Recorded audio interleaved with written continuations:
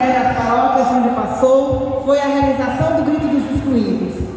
O grito é um contraponto ao grito de independência que se realiza no dia 7 de setembro.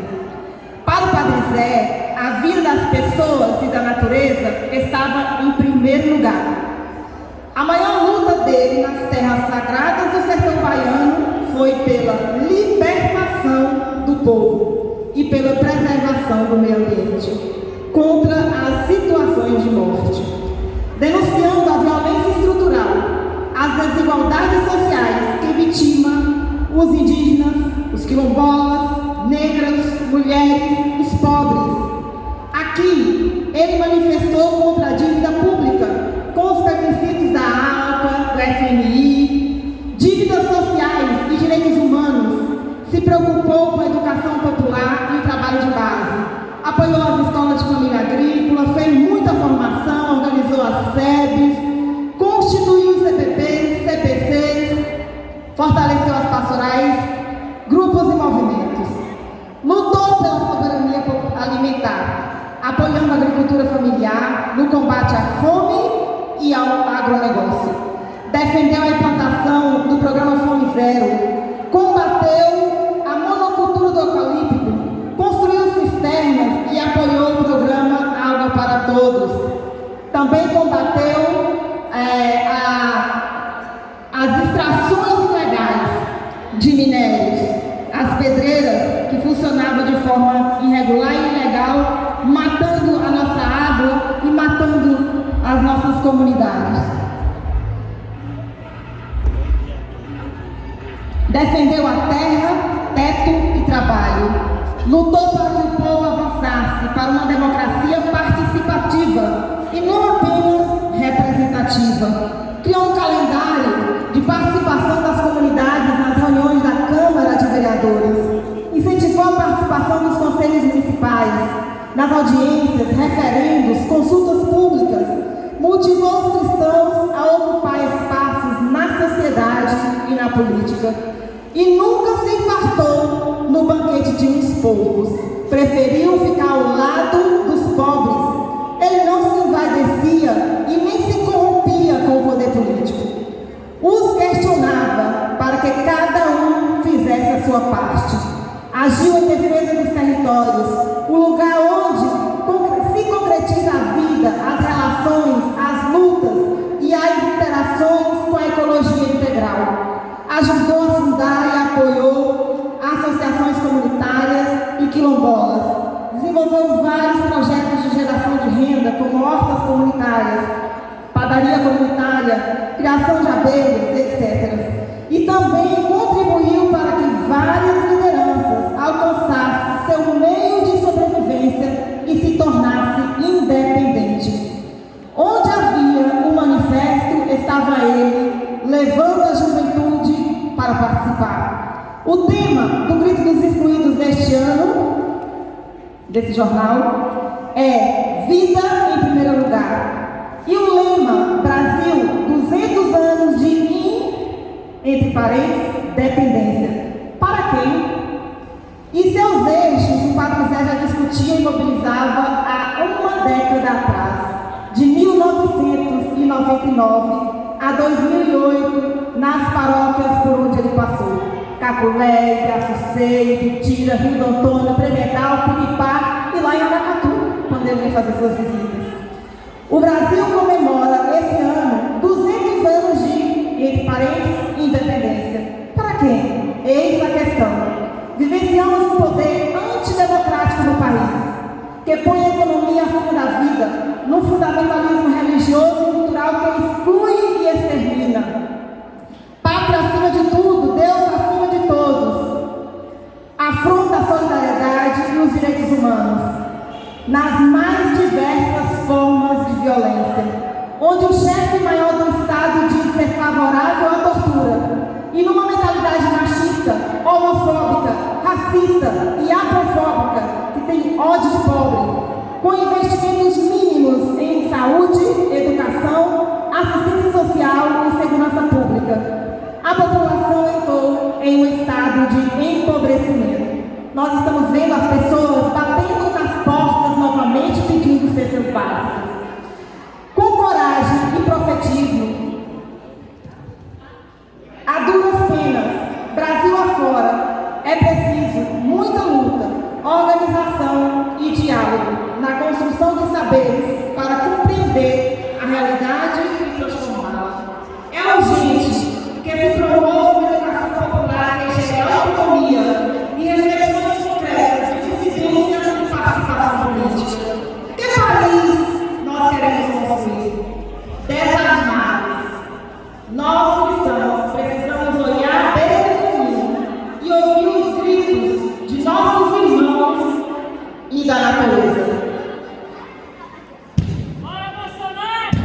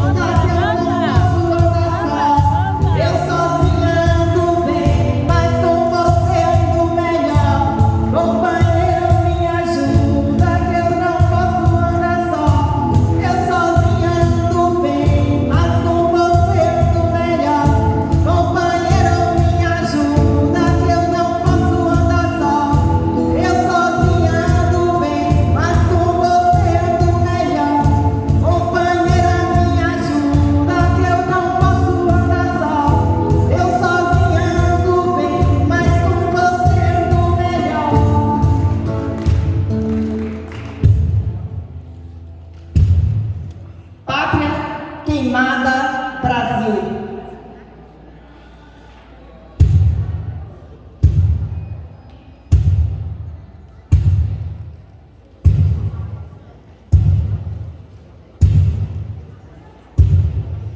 Estamos a caminho do desastre que pode tornar a Terra inabitável. Alerta o relatório sobre o clima lançado pela ONU. Aquecimento global de mais de que o dobro do limite de 1,5 graus Celsius. As mudanças já chegaram e urge medidas e políticas para evitar os piores cenários previstos. Mas aqui no Brasil, assistimos a um desmonte do meio ambiente, um recorde de destruição. Nunca existiu uma pasta de meio ambiente cuja missão é destruir a própria pasta, que é o que está acontecendo nesse governo. Isso é inédito. Acho que não tem em nenhum país do mundo, avalia o ex-presidente do IBAMA. Uma política de anistia a criminosos ambientais, que tem resultado em recordes de desmatamento da Amazônia e do Cerrado brasileiros. Em dezembro de 2020, o delegado Alexandre Saraiva, então superintendente da PF no Amazonas, comandou um trabalho que resultou na apreensão de 43 mil toras, a maior da história do país. 4 meses depois, após o então ministro do Meio Ambiente, Ricardo Salles, ter defendido os madeireiros e criticado a ação policial, Saraiva foi exonerado do cargo e transferido para a Volta Redonda, no Rio de Janeiro. Outro delegado, Franco Perazzoli, chefiou em maio de 2021 a Operação Aconduba, que fez busca e apreensão contra Salles e seu ministério, dentro de investigação sobre um esquema ilegal de extração de madeira na Amazônia. O episódio levaria à queda do ministro, mas Perazzoli também perdeu o cargo de chefe da Delegacia de Repressão à Corrupção e Crimes Financeiros da Polícia Federal do Distrito Federal. Com o enfraquecimento de órgãos de fiscalização, falta de punição a crimes ambientais e redução significativa das ações imediatas de combate e controle às atividades ilegais na Amazônia, o desmatamento aumentou 56,6%. As florestas públicas e as terras indígenas foram as que mais sofreram. Por que a Amazônia e o Pantanal estão pegando fogo? Por que a Amazônia e o Pantanal estão pegando fogo? Por que a Amazônia e o Pantanal estão pegando fogo? Ao contrário do que muitos pensam, os incêndios na Amazônia e no Pantanal não são naturais ou normais. Apesar de acontecerem regularmente, eles são causados por humanos. O fogo está frequentemente ligado ao desmatamento. O dia do fogo nunca acabou na Amazônia, o pulmão do mundo. Enquanto o Brasil é cobrado no exterior a reduzir o desmatamento na Amazônia, o governo brasileiro e a bancada ruralista pressionam pela aprovação de um projeto de lei que mudariam as regras para a legalização de terras públicas da floresta e facilitam os desmatadores. E facilitam que os desmatadores se apropriem legalmente de áreas ocupadas. Esse sofrimento não é só na Amazônia. A Caatinga também sofre com o desmatamento e vem se desertificando. Não podemos falar em desenvolvimento econômico sem defender a sustentabilidade, sem proteção aos recursos naturais e às áreas de preservação. É preciso defender cada vez mais a agricultura familiar. No Brasil, está sendo produzido um apagão intencional sobre a agricultura familiar, que marginaliza o agricultor e dificulta que ele acompanhe a estratégia de desenvolvimento. Essa luta é de todos nós. Companheiro, me ajuda, que eu não posso andar só. Eu sozinha canto bem, mas com você ando melhor. Companheira, me ajuda, que eu não posso andar só. Eu sozinha ando bem, mas com você ando melhor. Companheira, me ajuda, que eu não posso andar só. Eu sozinha ando bem, mas com você ando melhor. Companheira, me ajuda, que eu não posso andar só. Eu sozinha ando bem, mas com você ando melhor.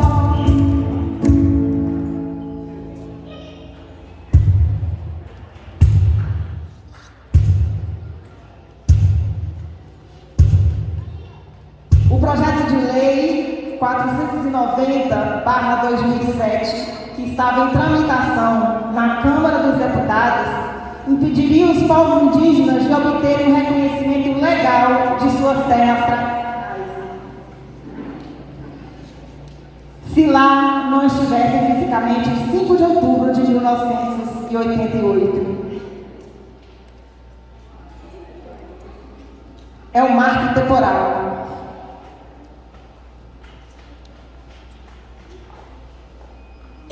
Essa tese é conhecida como marco temporal. Com muita luta, o STF retirou da pauta esse ano o processo.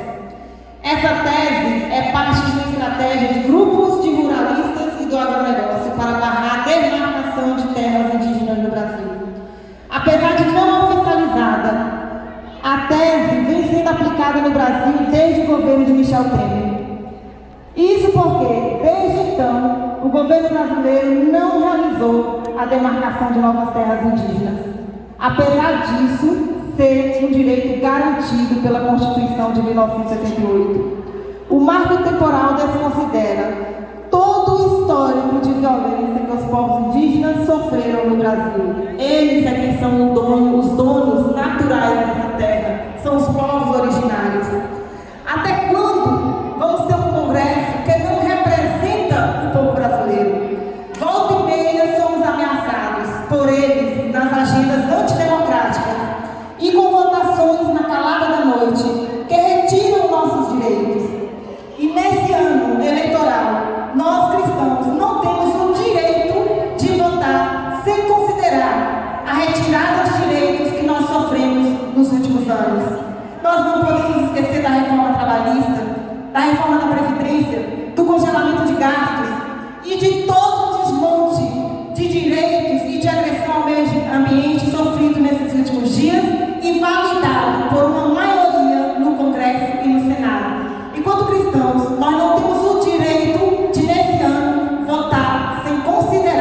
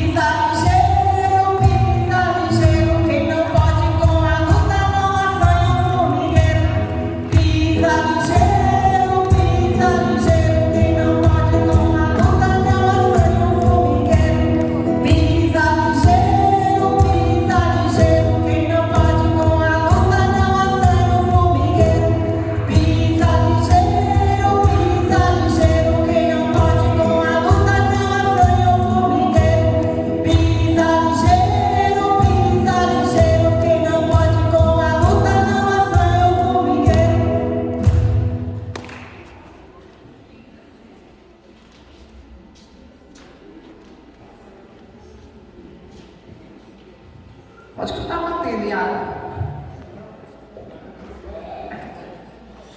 Precisa. Nós vamos receber agora. Aliás, já entrou, mas eu vou ler a respeito, que não era para ter entrado. Um dos episódios recentes que marcou a nossa história foi a morte brutal de Dom e Bruno. Precisa ter um esforço nosso aqui. Enquanto estamos nesse momento de tranquilidade, no espaço de cobertura de imprensa, porque só fala de Covid, e ir passando a boiada, e mudando o regramento, passar as reformas mais infralegais de desregulamentação, simplificação. Essa fala não é minha. Essa fala, pasmem, foi do ministro de Meio Ambiente do Brasil, numa reunião ministerial. O nome dele é Ricardo Salles. Essa reunião foi feita em 22 de abril de 2020. Estava presente todo o alto escalão do governo brasileiro, incluindo o presidente do país. Passar a boiada. Vocês sabem o que significa passar a boiada? Passar a boiada, na linguagem dos ambientalistas, significa passar as instruções normativas que regularizam propriedades rurais em terras indígenas não homologadas. Invasão de terras indígenas. Isso significa passar a boiada. A normativa 13, um pacote de veneno, liberação de 551 novos produtos com rebaixamento de toxicidade, liberação de desmatamento. Tudo isso juntado à liberação de uso de armas tem causado muitos conflitos na Amazônia e nas terras indígenas. Uma verdadeira chacina. As mortes dos indigenistas, Bruno, e do jornalista Dom, revelam um crime organizado brutal e a perda de território. As pescas e extrações ilegais revelam como as facções descobriram o potencial de negócios lucrativos com a venda de entorpecentes, pesca e caça ilegal, extração de madeiras. Tanta corrupção que a gente viu até negociata ser feito no Ministério da Educação com quilo de ouro, feito por pastores. Negociação em barra de ouros. Nesse ninho de corrupção, quantos ministros caíram? Um grande esquema de corrupção em curso no país que afetou inclusive o MEC, com um gabinete paralelo, propina. Nossa vida depende da natureza. Quantos dos nossos irmãos e irmãs são perseguidos e foram diariamente por enfrentar e por lutar por essas causas? Lembramos de Irmã Dorothy, lembramos de Chico Mendes, e aqui nós lembramos do nosso querido Padre Zé, que sofreu muita perseguição também por onde ele passou.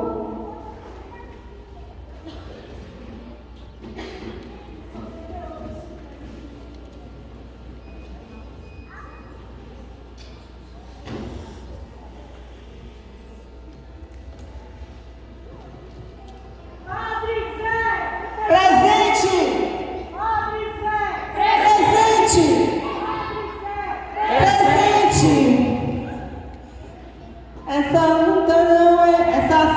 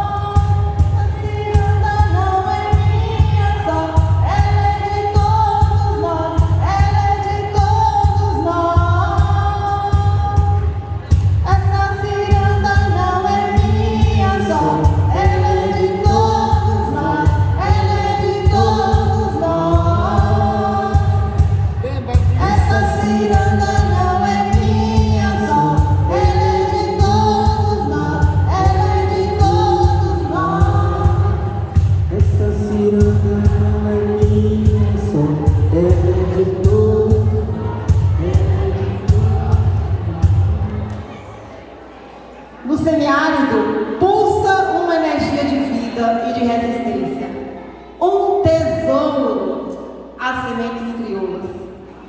Semente crioula é uma herança de sabedoria que recebemos de nossos ancestrais.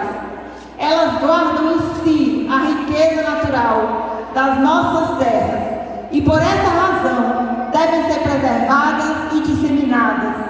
No cenário atual, a agricultura familiar exerce um papel fundamental no cultivo e preservação desse rico material genético. O Padre Zé defendia o armazenamento das sementes crioulas. Que frutos este festival está produzindo em nós? Vamos perguntar ao nosso coração? Que frutos este festival está produzindo em nós? Bora olhar para o lado e perguntar para a pessoa: que frutos este festival está produzindo em nós? Simbolizando esse plantio feito aqui hoje